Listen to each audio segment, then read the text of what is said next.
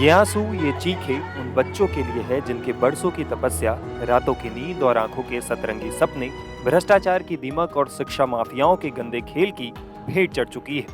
कहते हैं कि जब एक बच्चा हाथ में किताब थामता है तो वो सिर्फ पन्नों पर लकीरें नहीं खींचता, बल्कि अपने परिवार के बेहतर कल की तकदीर लिखता है। इसी उम्मीद में माता पिता अपने बच्चों के लिए जी तोड़ मेहनत करते हैं। बच्चों के लिए हर दुख को खुशी खुशी सह लेने को तैयार हो जाते हैं, ताकि उनका परिवार एक सफल और सुरक्षित भविष्य देख पाए। राजस्थान के सीकर से लेकर दिल्ली और गोवा तक नीट पेपर लीक और परीक्षा रद्द होने के बाद छात्रों की आत्महत्या की घटनाओं ने पूरे देश को झकझोर दिया है। इन कहानियों को जोड़कर देखें तो सिर्फ बच्चों की मौतें नहीं दिखती, एक ऐसा सिस्टम दिखता है जिसने मेहनत करने वाले बच्चों के भीतर से भरोसा छीन लिया है। इसी मानसिक आघात और तनाव के कारण बच्चों ने अपनी जान दे दी। सबसे पहले बात राजस्थान की। यहाँ सीकर के रहने वाले 22 साल के प्रदीप माहीच अब इस दुनिया में नहीं रहा। वो डॉक्टर बनने का सपना लेकर पिछले 3-4 वर्षों से नीट की तैयारी कर रहा था।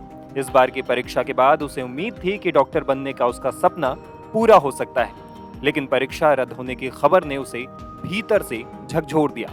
प्रदीप के पिता ने बताया कि बेटे ने उम्मीद जताई थी कि इस बार उसे करीब 650 अंक मिल जाएंगे और उसका डॉक्टर बनने का सपना पूरा हो जाएगा।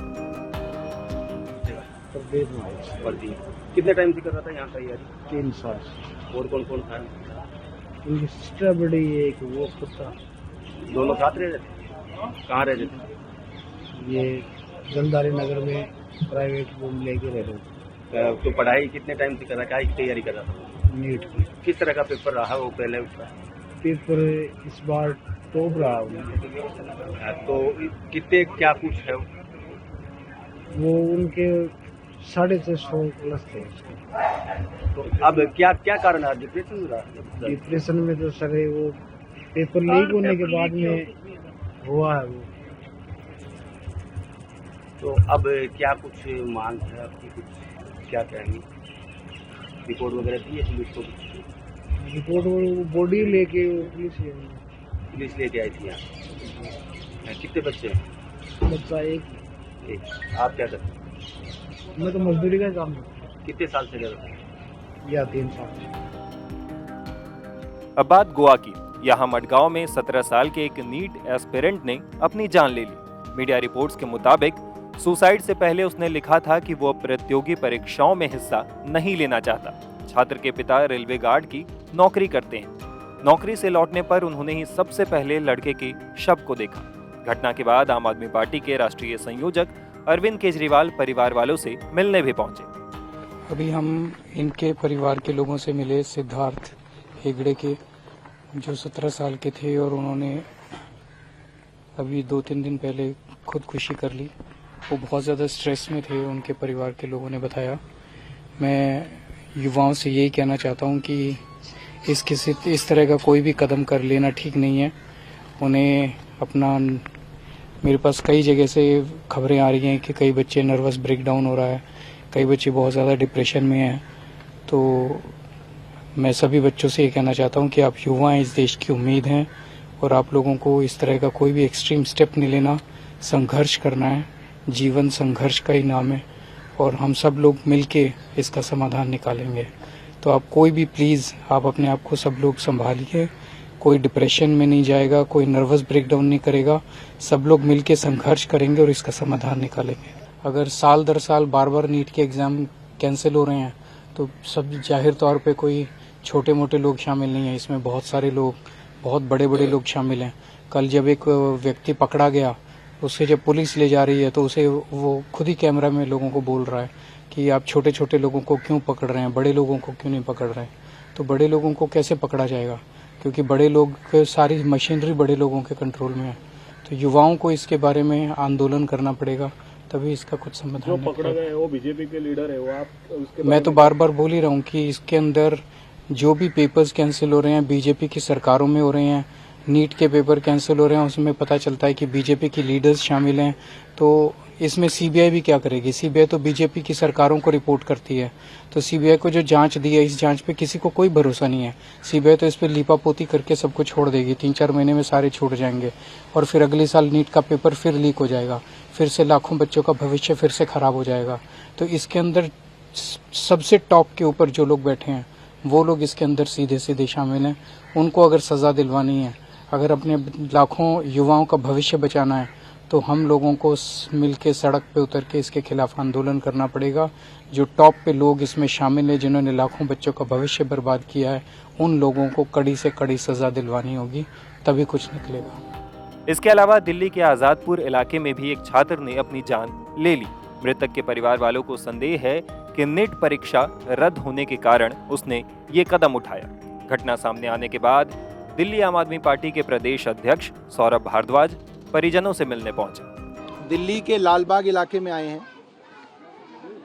और यहाँ पे एक बच्ची अंशिका कई सालों से MBBS के अंदर एडमिशन की तैयारी कर रही थी। कई बार उसने नीट का एग्ज़ाम दिया और बहुत बड़ी बात है कि इतने गरीब इलाके से कोई बच्ची नीट का एग्ज़ाम की तैयारी कर रही थी और पिछली बार 4 नंबर से वो बच्ची रह गई थी। इस बार बहुत उम्मीदों से दोबारा से नीट का एग्ज़ाम दिया था बच्ची ने। आखिरी अटेम्प्ट है ये वाला, मुझे बताया गया। माँ बाप को, हर एक को बहुत उम्मीद थी, बच्ची को बड़ी उम्मीद थी, मगर जब पेपर लीक की खबर आई तो वो बच्ची परेशान हो गई, काफ़ी तनाव में थी, मुझे बताया गया, और उसने अपने घर में ही फांसी से लटक के अपनी जान दे दी। और इस तरीके के कई मामले अलग अलग इलाकों से सुनने में आ रहे हैं। कल गोवा में भी इस तरीके से एक नौजवान बच्चे ने जान दे दी। मैं भारत की सरकार से ये निवेदन करना चाहूँगा कि इस विषय में सीरियसली कुछ करें। एक छोटे से प्रोफेसर को पकड़ के आप बोलें कि ये मास्टरमाइंड था, तो एक प्रोफेसर की औकात नहीं है कि नीट जैसा पेपर जिसको 24 लाख बच्चे दे रहे हैं, वो प्रोफेसर उस पूरे के पूरे सिंडिकेट का मास्टरमाइंड था। ये छोटे छोटे लोग मास्टरमाइंड नहीं होते, बड़े बड़े लोग मास्टरमाइंड होते हैं। तो सरकार असली मास्टरमाइंड को ढूंढ के लेके आए, जिसकी वजह से पिछले कई सालों से ये पेपर लीक हो रहे हैं, और हमारे युवाओं को आश्वासन दे सरकार कि भाई कोई भी ऐसा कदम ना उठाए। आत्महत्या का कदम एक बहुत जो है कठोर कदम है। कोई भी हमारा युवा ऐसा कदम ना उठाए। सरकार आश्वासन दे कि अगली बार से कोई पेपर लीक जो है सरकार नहीं होने देगी। मुझे लगता है कि सबसे ज़रूरी ये बात है कि सरकार जो है वो आश्वासन देने के लिए, कोई भी बड़ा आदमी, कोई भी बड़ा मंत्री इसके लिए बाहर नहीं आ रहा है। तो हमारी सरकार से निवेदन रहेगी। वहीं यूपी के लखीमपुर खीरी में 14 मई को नीट परीक्षा की तैयारी कर रहे 21 वर्षीय छात्र ऋतिक मिश्रा ने अपने घर के एक बंद कमरे में अपनी जान दे दी। लोकसभा में नेता प्रतिपक्ष राहुल गांधी ने घटना को लेकर एक पोस्ट किया। लिखा, अब नहीं देनी प्रतियोगी परीक्षा। लखीमपुर खीरी के 21 साल के ऋतिक मिश्रा के ये आखिरी शब्द थे। तीसरी बार नीट देने वाला ये बच्चा परीक्षा रद्द होते ही टूट गया। गोवा में भी एक नीट अभ्यर्थी ने जान दे दी। ये बच्चे परीक्षा से नहीं हारे, इन्हें एक भ्रष्ट तंत्र ने मारा है। ये आत्महत्या नहीं, ये सिस्टम द्वारा हत्या है। हालांकि ऋतिक के पिता ने कहा है कि नीट परीक्षा नहीं बल्कि किसी और वजह से बेटे ने जान दी। लगा कुछ ना, कोई ना प्रेशर पता नहीं कौन उनके दिमाग में सवार रहा है। घर से आए कटौली से, यहाँ आए फांसी लगा ली। रात भर ना कुछ पता लगता, सवेरे होश भाग के आए, देखें पीछे विंडो से तो लटके रहा। यहाँ कोई ना रहे अकेले।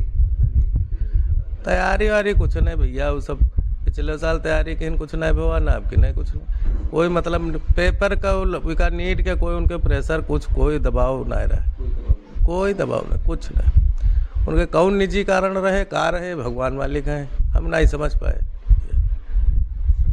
पेपर ओपर का कोई दबाव नहीं। पेपर का दबाव हो तो आदमी ये कर्म थोड़ो करत, कोई दूसरे कारण नहीं हुए जो उन कारण उनके रहे। अभी वो भगवान जाने, हम खुद ही नहीं समझ पाए। जान पाए हुए तो उसका हल करे कोशिश करें। हालांकि देश में लाखों छात्र डॉक्टर बनने का सपना लेकर तैयारी करते हैं। छोटे शहरों और गांवों से आने वाले बच्चों के लिए सिर्फ करियर नहीं, पूरे परिवार की उम्मीद होती है। कोई पिता खेत बेचकर कोचिंग फीस देता है, कोई माँ गहने गिरवी रखती है। बच्चे त्योहार छोड़ देते हैं, दोस्तों से दूरी बना लेते हैं और सालों तक सिर्फ एक परीक्षा के लिए जीते हैं। हर बार पेपर लीक होने के बाद बड़ी बड़ी बातें की जाती है, लेकिन असलियत ये है कि आज तक किसी बड़े शिक्षा माफिया को ऐसी सजा नहीं मिली है जो दूसरे के लिए मिसाल बन सके।